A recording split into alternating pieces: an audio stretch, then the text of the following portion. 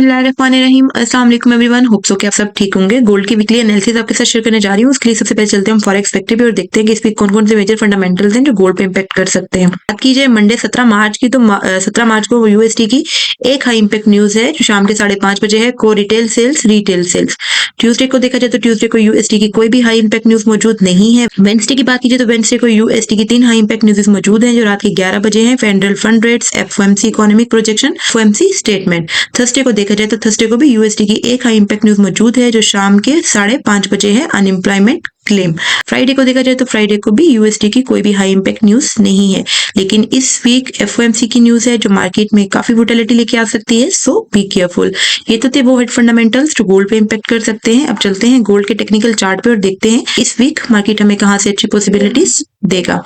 Chart open किया है, ठीक है, और यहाँ पे मैंने कुछ एरियाज की मार्किंग की है। ये वीकली ब्रेकर जोन है, ये वीकली सपोर्ट है और ये भी वीकली सपोर्ट है। जैसा कि आपको पता है कि गोल्ड अपना ऑल टाइम हाई लगा चुका है, 3000 क्रॉस कर चुका है। हमारे पास सेलिंग के लिए कोई भी एरिया मौजूद नहीं है। वाला एक एरिया है बाइंग के लिए। फर्स्टली मार्केट हमें इसी एरिया से पॉसिबिलिटीज देगा। ये गोल्ड का पहला ऑल टाइम का हाई भी था जिसको इसने इस वीक ब्रेक किया है। पिछले 10 हफ्तों के बाद एक कैंडल ये रेड बनी थी, इसने इस कैंडल को अपने अंदर इनगल्फ कर लिया था।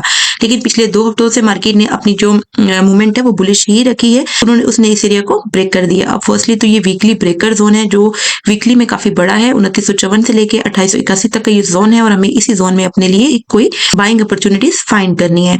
सेकेंडली ये वाली वीकली सपोर्ट है और थर्डली ये वाली, अगर मार्केट इस एरिया को ब्रेक करेगी तो फिर मार्केट हमें इस एरिया से अच्छी बाइंग पॉसिबिलिटीज दे सकती है। लेकिन फर्स्टली हमें इसी एरिया से अपनी बाइंग पॉसिबिलिटीज दिखनी है। ये weekly candle totally bullish close हुई है। अगर मार्केट थोड़ी सी रिट्रेसमेंट करती है और इस एरिया में आती है तो यहाँ से हमें बाइंग पॉसिबिलिटीज मिल सकती है। वीकली के बाद चलते हैं डे 1 में और देखते हैं कि मार्केट हमें वहां पे कहाँ से अच्छी पॉसिबिलिटीज देगा।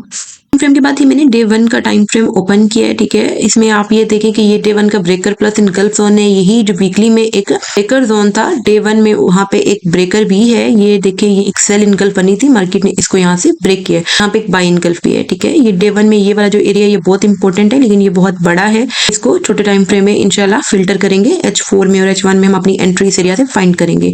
इसके अलावा ये भी डे 1 का इनगल्फ जोन है। यहाँ पे भी मार्केट अच्छा रिस्पॉन्स कर सकता है अगर रिट्रेसमेंट अच्छी लेता है तो, क्योंकि अभी तो गोल्ड ने अपना ऑल टाइम हाई लगाया है। बस सेलिंग के लिए कोई भी एरिया मौजूद नहीं है। ये डे 1 की ये वाली कैंडल जो है ये एक स्ट्रॉन्ग बाइंग कैंडल क्लोज हुई थी, लेकिन ये जो लास्ट कैंडल क्लोज हुई है फ्राइडे को, ये एक अप थ्रस्ट कैंडल है। इसके बाद मार्केट अगर नो डिमांड कैंडल बनाता है तो उसके बाद हम यहाँ पे सेलिंग एक्सपेक्ट कर सकते हैं, लेकिन अभी यहाँ पे कोई भी सेलिंग के लिए अपॉर्चुनिटी हमारे पास मौजूद नहीं है। हम जस्ट अपनी बाइंग अपॉर्चुनिटीज फाइंड करेंगे, वो भी मार्केट अगर नीचे आएगा वहां से। तरह ये भी एक डे 1 का इनगल्फ जोन है। 1 के बाद हम चलते हैं H4 में और देखते हैं कि मार्केट हमें वहां पे कहाँ से अपॉर्चुनिटीज देगा। H4 का चार्ट ओपन किया, यहाँ पे कुछ एरियाज की मार्किंग की है। ये H4 का इनगल्फ प्लस ब्रेकर जोन है। ये भी H4 की इनगल्फ प्लस सपोर्ट है और ये भी एक H4 की सपोर्ट है।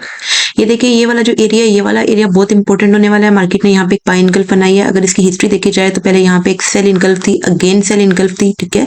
यहाँ पे अगेन सेल इनगल्फ है। उसके बाद जब मार्केट यहाँ पे आया, यहाँ पे उसने अगेन सेल इनगल्फ बनाई और फिर यहाँ पे बाय इनगल्फ बनाता हुआ ऊपर चला गया। मार्केट अब रिट्रेसमेंट करता है तो इस एरिया से हमें अच्छी बाइंग अपॉर्चुनिटी मिल सकती है अकॉर्डिंग टू H4 वाला जो एरिया, ये वाला एरिया भी बहुत इंपॉर्टेंट है। यहाँ पे आप चेक करें कि यहाँ पे मार्केट ने कितने दफा टैप किया। पहले ये एज अ रेजिस्टेंस काम कर रहा था, उसके बाद जब मार्केट इस एरिया में आया तो यहाँ पे उसने एक बाय इनगल्फ बनाई, अगेन बाय इनगल्फ बनाई, यहाँ से फिर उसने एक सेल इनगल्फ बनाई, यहाँ से फिर बाय इनगल्फ बनाता हुआ ऊपर निकल गया है, ठीक है। तो ये वाला एरिया भी बहुत इंपॉर्टेंट है, यहाँ से भी हमें एक अच्छी बाइंग अपॉर्चुनिटी मिल सकती है।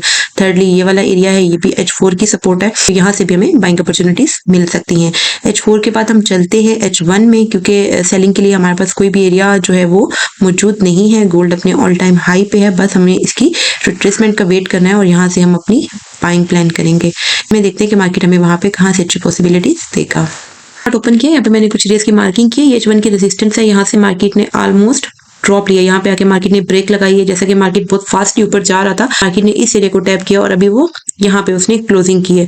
तो फर्स्ट पॉसिबिलिटी तो हमारे पास बाइंग के लिए ये वाला जोन है, ठीक है। ये H1 का एक इनगल्फ जोन है और आपको पता है कि लास्ट टाइम भी मार्केट ने यहाँ से अच्छा ड्रॉप लिया था। पहले तो ये एक रेजिस्टेंस था, लेकिन अब एज अ सपोर्ट भी काम करेगा और यहाँ पे इनगल्फ भी है। यहाँ पे मार्केट ने पहले सेल इनगल्फ बनाई और उसके बाद यहाँ पे बाय इनगल्फ बनाता हुआ ऊपर चला गया। तो फर्स्टली पॉसिबिलिटी तो हमारे पास इस वाले एरिया से 40 और 48 का एरिया है, यहाँ से हमें बाइंग पॉसिबिलिटी जो है वो मिल सकती है। सेकेंडली ये वाला एरिया है, यहाँ पे H1 की इनगल्फ भी है और ये जो एरिया है ये एज अ पिवट पॉइंट भी मार्केट में काम कर रहा था। आप लोगों को पता है कि मार्केट पिछले उसने इस एरिया पे बहुत टैप किया है, 20 और 25 का जो एरिया है उसके अंदर वो घूमता रहा है और यहाँ पे अभी ये 11 और 18 के एरिया में उसने एक बाइंग गल्फ बनाई और ऊपर चला गया। तो ये वाला एरिया भी काफी इंपॉर्टेंट साबित होने वाला है हमारी बाइंग के लिए।